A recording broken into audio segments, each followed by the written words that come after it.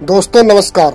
बिहार विधानसभा के चुनाव संपन्न हो चुके हैं। इसमें जनता दल यूनाइटेड और भारतीय जनता पार्टी गठबंधन अपने 15 वर्ष की सत्ता को बचाने में कामयाब रहा और राजनीतिक गलियारों की खबरों और प्रधानमंत्री नरेंद्र मोदी के बयान के बाद स्पष्ट हो गया है कि एक बार फिर नीतीश कुमार बिहार के मुख्यमंत्री बनेंगे। तो आज हम बात करने जा रहे हैं जेडीयू के मुखिया और बिहार के मुख्यमंत्री नीतीश कुमार के सियासी सफर की, जो कि पिछले 15 वर्ष से बिहार की राजनीति में सर्वसेवा बने हुए हैं। बिहार की राजनीति में एक ऐसा नाम जो पिछले 4 दशक से भी अधिक समय से प्रासंगिक बना हुआ है। पिछले 1.5 दशक से यह शख्स बिहार की राजनीति में एक छतर राज कर रहा है और उसकी सियासत को हिलाने में विरोधी बीते 15 साल से लगे हुए हैं। लेकिन यह समाजवादी नेता आज भी जनता के बीच में अपनी छवि और व्यक्तित्व को मजबूती से साफ बनाए हुए। दरअसल हम बात कर रहे हैं जनता दल यूनाइटेड के मुखिया और बिहार के मुख्यमंत्री नीतीश कुमार की। सरल स्वभाव, शांत व्यक्तित्व, ओजस्वी वक्ता और काम करने में विश्वास रखना, ये नीतीश कुमार की पहचान है और विरोधी भी गाहे बगाहे इस बात के उनके कायल भी हैं। अब नजर डालते हैं नीतीश कुमार के जीवन परिचय पर। नीतीश कुमार का जन्म 1 मार्च 1951 को बिहार के बख्तियारपुर में हुआ था। इनके पिता कविराज राम लेखन सिंह आयुर्वेदिक चिकित्सक थे और मां परमेश्वरी देवी गृहिणी थी। नीतीश कुमार का जन्म एक साधारण निम्न मध्यम वर्गीय परिवार में हुआ था। पढ़ने में काफी तेज थे और उन्होंने बिहार कॉलेज ऑफ इंजीनियरिंग यानी वर्तमान में NIT पटना से बीटेक की डिग्री हासिल की। इसके बाद उन्होंने कुछ समय तक नौकरी की और फिर नीतीश कुमार ने राजनीति में कदम रखा। बात राजनीतिक जीवन की करें तो जानकारों के मुताबिक नीतीश कुमार अपने शुरुआती दिनों में जयप्रकाश नारायण, राम मनोहर लोहिया, सत्येंद्र नारायण सिन्हा, कर्पूरी ठाकुर जैसे लोगों से काफी प्रभावित थे। इसी वजह से उनका झुकाव राजनीति की तरफ हुआ। इस बीच जब पूरे देश में इंदिरा गांधी के खिलाफ जयप्रकाश नारायण के नेतृत्व में जेपी आंदोलन हुआ या संपूर्ण क्रांति आंदोलन की शुरुआत हुई, तो 1974 की शुरुआत में नीतीश कुमार ने बढ़ चढ़कर हिस्सा लिया। बाद में नीतीश कुमार ने SN सिन्हा के नेतृत्व वाली जनता पार्टी में शामिल हो गए। 1977 में विधानसभा का चुनाव हरनौत सीट से लड़ा, लेकिन वह चुनाव हार गए। सियासी सफर की अगर बात करें तो पहले विधानसभा चुनाव में मिली हार के बाद 1985 में नीतीश कुमार समता पार्टी के टिकट पर दोबारा हरनौत सीट से चुनाव लड़ा, लेकिन इस बार उन्हें जीत मिली।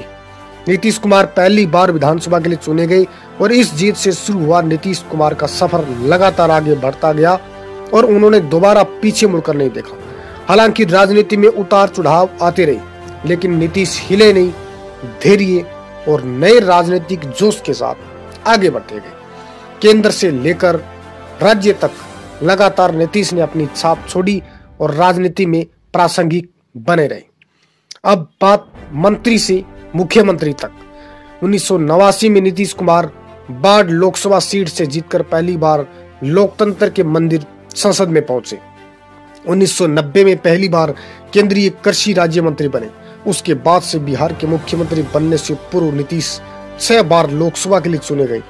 कृषि, रेल जैसे महत्वपूर्ण मंत्रालय में कैबिनेट मंत्री की जिम्मेवारी भी संभाली। इस दौरान NDA से नीतीश कुमार का जुड़ाव लगातार जारी रहा। पहली बार सिर्फ 7 दिन के लिए बने थे CM। 2000 समता पार्टी और बीजेपी के गठबंधन को बहुमत न होने के बावजूद भी उस समय के राज्यपाल सुंदर सिंह भंडारी ने नीतीश कुमार को मुख्यमंत्री पद की शपथ दिला दी। हालांकि नीतीश कुमार बाद में बहुमत साबित नहीं कर पाए और महज 7 दिन में उन्हें इस्तीफा देना पड़ा। इसके बाद राज्य में दोबारा चुनाव हुए और RJD कांग्रेस की सरकार बिहार में बनी। 12 साल में 5 बार बने CM। दिलचस्प बात यह है कि नीतीश कुमार ने सिर्फ 12 वर्षों में 5 बार बिहार के मुख्यमंत्री पद की शपथ ली।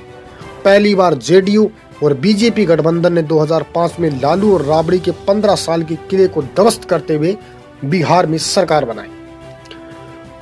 और दूसरी बात 24 नवंबर 2005 से 24 नवंबर 2010 तक।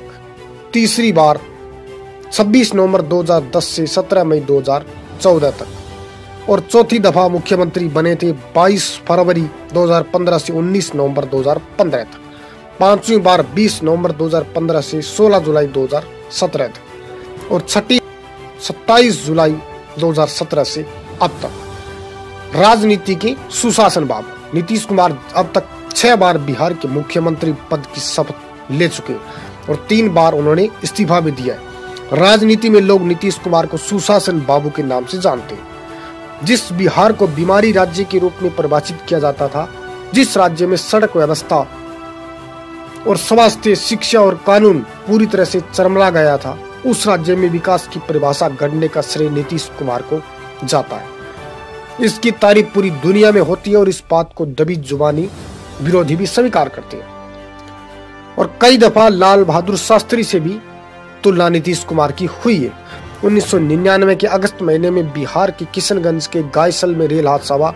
इस रेल हादसे के बाद कई तरह के सवाल उठने लगे। रेल हादसे के बाद नीतीश कुमार ने रेल मंत्री के पद से अपनी नैतिक जिम्मेदारी लेते हुए इस्तीफा दे दिया था और तब ये कहा गया था कि लाल बहादुर शास्त्री के बाद नैतिक आधार पर इस्तीफा देने वाले नीतीश दूसरे रेल मंत्री। यह थी नीतीश कुमार के सियासी सफर की कहानी, जो अनवरत अब तक जारी है।